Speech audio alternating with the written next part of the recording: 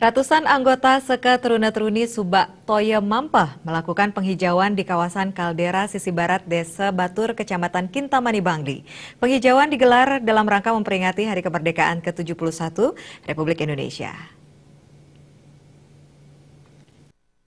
Kegiatan ini merupakan rangkaian peringatan ke-71 Hari Kemerdekaan Republik Indonesia dengan mengadakan penghijauan. Kegiatan ini tujuannya untuk memotivasi semua kalangan agar peduli terhadap lingkungan yang merupakan bagian dari kehidupan. Penghijauan tidak hanya terfokus pada penanaman pohon saja, juga melakukan aksi bersih-bersih dengan memungut sampah yang ada di sekitar lokasi penghijauan.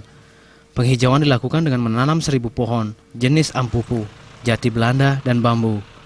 Bisa memotivasi seluruh kalangan masyarakat agar peduli terhadap lingkungan karena alam tersebut merupakan bagian dari kehidupan kita.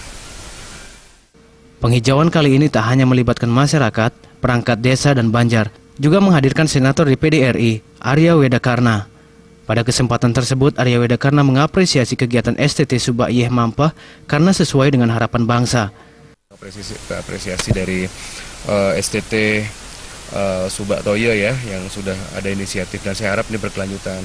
Ya, jadi saya harap ke depan perhatian dari pemerintah pusat, pemerintah daerah terhadap kegiatan seperti ini harus lebih maksimal. Ya, dan ini Kalian Dinas Yeh Mampah Tegalsari Inengah Soekarto berharap kegiatan serupa dapat dilaksanakan secara rutin untuk mendukung program pemerintah, yakni meningkatkan kualitas pariwisata di Kabupaten Bangli, utamanya di Desa Batur.